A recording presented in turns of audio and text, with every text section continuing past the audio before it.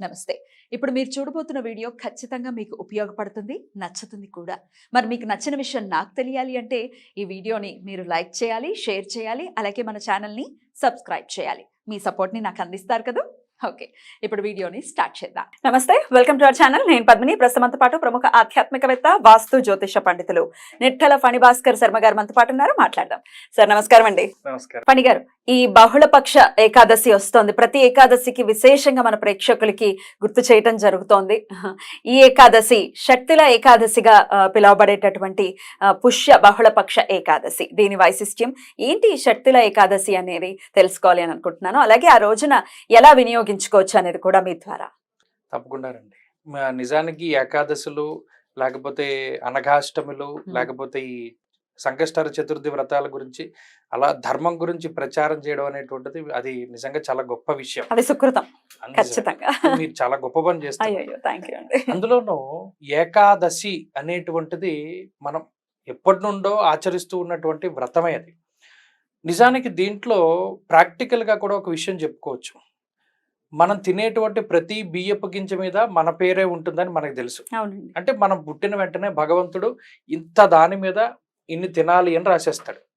అవి తినకుండా మనం ఆ రోజుకి మానేసి నెక్స్ట్ రోజుకి ఉంచుకుంటే ఏమవుతుందో, ఒక రోజు ఆయుర్దాయం పెరిగినట్టే కదా.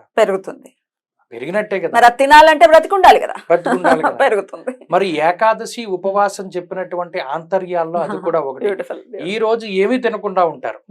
తినకుండా ఉన్నప్పుడు ఏమైంది? ఆ తిండి గింజల మీద పేరు అలాగే ఉండిపోతుంది. వీడు తినాలి కాబట్టి ఇంకో రోజు ఎక్కువ బతుకుతాడు. శ్వాస మీద రాస్తాడు అని అంటారు. అందుకే శ్వాస అంటారు. రకరకాలుగా చాలా ఉంటాయి. ఇది ఒక అంతరార్థంగా మనం అందుకనే ఈ శ్వాస మీద కూడా రాస్తాడు.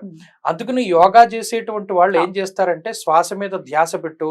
వాళ్ళు మనం నిజంగా చూడండి, ఎక్కువ సార్లు శ్వాస తీసుకునేటువంటి జంతువులు చాలా తక్కువ కాలం బతుకుతాయి. కుక్క ఎక్కువ శ్వాస తీసుకుంటుంది, అంటే అవును, ఎక్కువగా గాలి పీల్చుకుంటుంది, తక్కువ కాలం బతుకుతుంది. అలాగే పైకి వెళ్లే కొద్దీ జంతువులన్నీ కూడా తక్కువగా శ్వాస తీసుకుంటూ ఉంటాయి. అందుకనే యోగులు, మునులు, ఋషులు వీళ్ళందరూ కూడా సమాధి స్థితి అంటారు. సమాధి అంటే ఏంటి? వాళ్ళకి ఇంకా ఉచ్ఛ్వాస నిశ్వాసలు ఏమి ఉండవు. 2 రోజులకోసారి, 3 రోజులకు ఒక్కసారి శ్వాస తీసుకుంటారు. మరి అందుకనే వాళ్ళని వేల సంవత్సరాలు బతకగలిగారు. ఉదాహరణకి మహాభారతంలో జనమేజయుడు సర్పయాగం చేస్తూ ఉంటే వ్యాసుడు వచ్చాడు అని చెప్పి రాశారు. జనమేజయుడికి వ్యాసుడికి ఎన్ని తరాలు లింకప్ ఉంది? వ్యాస భగవానుని యొక్క కుమారుడు ఎవరు? పాండురాజు. పాండురాజుకి పుట్టినటువంటి వారు ఎవరు? పాండవులు. అర్జునుడి యొక్క కుమారుడు ఎవరు? అభిమన్యుడి యొక్క కొడుకు పరీక్షిత్ కొడుకు ఎవరు? జనమేజయుడు. ఈ పుట్టిన వాళ్ళందరూ లేరు మధ్యలో. ఇక్కడ చివరి వ్యాసుడు ఉన్నాడు, జనమేజయుడు ఉన్నాడు. మరి వ్యాసుడు ఆయన ఎంత గొప్పవాడు. మరి అవన్నీ ఎలా వచ్చాయి మన దగ్గర పవర్స్ అంటే, మీరు అన్నట్టు ఇందాక శ్వాస తీసుకోవడం అనేటువంటిది తగ్గించేసి ఆహార నియమాలు, గాలినే భక్షిస్తారు, వాయు భక్షకులు అన్నారు. మరి ఇటువంటివన్నీ మన వాళ్ళు చేశారు కాబట్టి ఈ శరీరాన్ని అంతలా నిలుపుకోగలిగారు. అందులోదే ఏకాదశి అనేటువంటిది ఈ ప్రక్రియ కూడా. ఈ రోజు ఏమీ తినకుండా మనం తినవలసిన తిండి గింజలన్నీ ఇంకో రోజుకి మనం ట్రాన్స్ఫర్ చేసేసుకుని ఇంకో రోజు ఎక్కువగా బతకచ్చు అన్నట్టు. సరే, అందులోని ఇప్పుడు మనం తీసుకున్నటువంటిది షట్తిలే ఏకాదశి. పేరులోనే ఉంది. తిలలు అంటే నువ్వులు. అందులో తెల్లవి ఉన్నాయి, నల్లవి ఉన్నాయి. ఈ షట్ తిలలు అంటే తిలల్ని 6 రకాలుగా ఉపయోగించమని చెప్పారు. ఈ ఏకాదశి పర్వం ఒక్కొక్కసారి ధనుర్మాసంలో పడుతూ ఉంటుంది. అందుకనే కొంతమందికి ఈ క్లారిటీ ఉండదు. ధనుర్మాసంలో కృష్ణపక్షంలో వచ్చేటువంటి ఏకాదశిని షట్తిల ఏకాదశి పిలుస్తారని, లేదా కొన్ని సందర్భాల్లో పుష్యమాసం కృష్ణపక్షంలో వచ్చేటువంటి దాన్ని షట్తిల ఏకాదశి అంటారని అంటూ ఉంటారు. ఇది కొంత అప్పుడప్పుడు క్లారిటీ మిస్ అవుతూ ఉంటుంది. అయితే ఏమిటి ఈ షట్తిల ఏకాదశి అంటే, ఈ ఏకాదశిల్లో ప్రముఖమైనటువంటి వాటిల్లో పితృదేవతల్ని సైతం సంతృప్తికరంగా చేసి, పుష్యమాసంలో ప్రత్యేకించి ఇది బృహస్పతి, పుష్యమే నక్షత్ర అధిదేవత బృహస్పతి, దేవతల యొక్క గురువు ఆయన అనుగ్రహం ఉండాలి. ఆయన అనుగ్రహం ఉంటే ఎవరైనా సరే ఉద్ధరింపబడతారు. అందుకనే ఈ పితృదేవతల యొక్క ఆశీర్వచనం కోసం భగవంతుడు మనకి కల్పించినటువంటి ఏకాదశుల్లో ఇది ఒకటి. ఎందుకంటే మనం తెలల్ని ఎప్పుడు ఉపయోగిస్తాము అంటే, మనం ఏదైనా పితృ కార్యక్రమాలు వాటిలోనే ఎక్కువ ఉపయోగిస్తాం. అందులోనూ ఇంకొక మన పూర్వీకుల యొక్క దృక్పథం చూడండి. భోగి పండగ రోజున నువ్వుల నూనె స్నానం చేయమన్నారు. నిజానికి మనకి 12 ఆదిత్యులు ఉన్నారు. ఒక్కొక్క మాసంలో సూర్యుడికి ఒక్కొక్క పేరు ఉంటుంది. అందులోనూ మకర సంక్రమణం చేసేటువంటి రోజు సూర్యుడి పేరు భగుడు అనేటువంటి పేరు. జ్యోతిష్ శాస్త్రంలో పుబ్బా నక్షత్రం, పూర్వ ఫల్గుని అనేటువంటి నక్షత్రానికి అధిదేవత ఈ భగుడు. ఆ భగుడు అనేటువంటి ఆయన ఆ మకర సంక్రమణం నుండి ఆయన పేరు, సూర్యుడి పేరు అది కాబట్టి ఆయనకి ముందు ఉన్నటువంటి రోజు భోగి అనేటువంటి పేరు మీద మనం చేసుకున్నాం. భగ అనేటువంటి ధాతువు మీద వచ్చింది. అందుకనే భోగి పండుగ రోజు ఏం చేస్తారు, అందరూ కూడా క్షీరాన్నం, కుండల బొమ్మలు వేస్తారు, పాలు ఉడుకుతూ కింద పడుతున్నట్టు. ఇవన్నీ ప్రక్రియలు ఎక్కడొస్తాయి, సూర్యారాధనలో క్షీరాన్నాన్ని వండేటప్పుడు పాలు పొంగిస్తారు మాఘమాసంలో. అందుకనే భగుడి యొక్క ఆరాధనలో కూడా మన గోమయం చేత చేసినటువంటి ఆ పిడకలు ఏవైతే ఉన్నాయో వాటి మీద పాలు పొంగిస్తూ ఉంటారు. ఇవన్నీ కూడా ఏంటంటే ఇంటర్లింక్డ్ అన్నమాట. మనం ఈ భూమి మీద ఎక్కువ కాలం మనుగడ సాధించడానికి ఎలా జీవనాన్ని మార్చుకోవాలి అనే ఒక పెద్ద కాన్సెప్ట్ మన పూర్వీకులు పండగల రూపాల్లో ఇచ్చేశారు.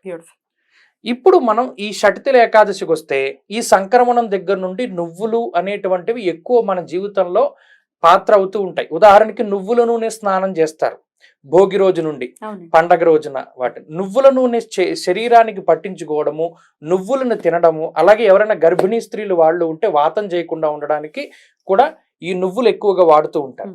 వాత దోషాలని పోగొడుతుంది, కఫదోషాలను పోగొడుతుంది, శరీరంలో వేడిని వృద్ధి చెందిస్తూ ఉంటాయి నువ్వులు.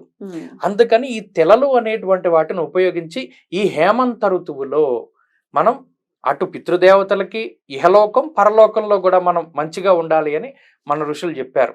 ఈ రోజున నువ్వుల నూనెతో స్నానం చేయమన్నారు, లేదా కనీసం నువ్వులని కొన్ని నీళ్లలో వేసుకుని స్నానం చేయమన్నారు.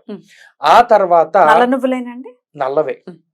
ఆ తర్వాత నువ్వుల్ని ఉడకబెట్టి విష్ణుమూర్తికి నివేదన చేయమన్నారు. నిజానికి పరమేశ్వరుణ్ణే తెల్లతోటి ఎక్కువగా అభిషేకం చేస్తారు. విష్ణుమూర్తిని తెల్లతోటి పూజించేటువంటి ప్రక్రియ చాలా అరుదు, ఇక్కడ చేయమన్నారు. అలాగే ఈ నువ్వులు ఏదైతే ఉన్నాయో ఆ నువ్వులనే వంటలో కూడా ఉపయోగించమన్నారు. అలాగే ఈ రోజు చేసేటువంటి సాయంత్రం పూజలో ఆ నువ్వుల్ని రాశిగా పోసి దాని మీద దీపారాధన చేయమన్నారు. ఇది చాలా దృష్టి దోషాలకి లేదా కొన్ని ప్రయోగాలు చేసినటువంటి దానికి విరుగుడుగా కూడా ఉపయోగపడుతుంది. నువ్వులని కింద దాని మీద చక్కగా ఒక ఆకు లాంటిది వేసి, తమలపాకు లాంటిది వేసి, నువ్వులు పోసి రాశిగాను నువ్వుల నూనెతో చేసేటువంటి దీపారాధన చాలా విశేషంగా ఉంటుంది.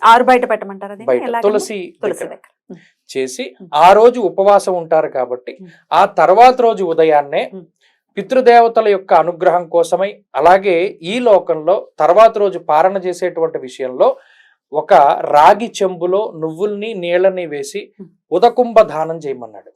అలాగే తర్వాత రోజు పారణ టైంలో భోజనం పెడతారు, బ్రహ్మచారి భోజనం పెడతారు. ఆ టైంలో కూడా నువ్వులతో చేసినటువంటి పదార్థాలను పెట్టమన్నారు. ఇలా 6 రకాలుగా నువ్వులు ఉపయోగపడుతున్నాయి కాబట్టి దీన్ని షట్తిల ఏకాదశి అన్నారు. దీనివల్ల ఏమవుతుంది, అటు మనకి ఆరోగ్యం వస్తుంది, నువ్వులను దానం చేయడము, అలాగే ఈ నువ్వుల నూనె ఈ మిశ్రమాలన్నిటిని మనం వాడడం వల్ల అటు మనకి మంచి జరుగుతుంది, అటు మనం దానం చేయడం వల్ల ఇతరులు కూడా ఈ నువ్వులను ఎక్కువగా ఉపయోగిస్తూ ఉన్నారు. అలాగే తిల తర్పణాలు హోమాదులు చేయడం వల్ల కూడా పితృదేవతల యొక్క అనుగ్రహం మనకి కలుగుతూ ఉన్నది. కాబట్టి ఇన్ని రకాలైనటువంటి విషయాలు ఈ తిలలతోటి ఉండి, అలాగే మన ఋషులు చెప్పారు ఇవన్నీ ఎందుకు, మన వంశంలో వాళ్ళు వీళ్ళందరూ మన వాళ్ళే, పుట్టబోయేటువంటి తరాల వాళ్ళందరూ వాళ్ళు ఎక్కువ కాలం మనుగడ ఉండాలి అనేటువంటి మన కోసం మాత్రమే చెప్పింది. అది ధర్మం కేవలం సనాతనంలోనే చెప్పబడింది. అద్భుతం అద్భుతం, చాలా విశేషంగా ఉంది. మీరు ఇందాక అన్నట్టుగా విష్ణుమూర్తికి ఎప్పుడు వినలేదు తిలలతో స్వామికి అర్చన చేయటం కానీ నివేదన చేయటం కానీ, ఇది ఎప్పుడు వినలేదు. ఖచ్చితంగా ఈ రకంగా కూడా స్వామికి సేవ చేసుకుని మర్నాడు పారణ సమయం 9:04 వరకు ఉంది కాబట్టి ఆ లోపు మీరు భోజనం చేసేటటువంటి ఏర్పాట్లు చేసుకోండి. ఏకాదశికి ఖచ్చితంగా ఉపవాసం ఉండండి, మన ఆరోగ్యం కోసం మాత్రమే పెట్టారు, చెప్పారు కదా. అద్భుతమైనటువంటి రోజు అండి. చాలా చక్కగా శాస్త్రం ఎలా చెప్పిందో చాలా బ్యూటిఫుల్ గా మాకు అర్థమయ్యేటట్టు వివరించినందుకు కృతజ్ఞతలండి. నమస్కారం.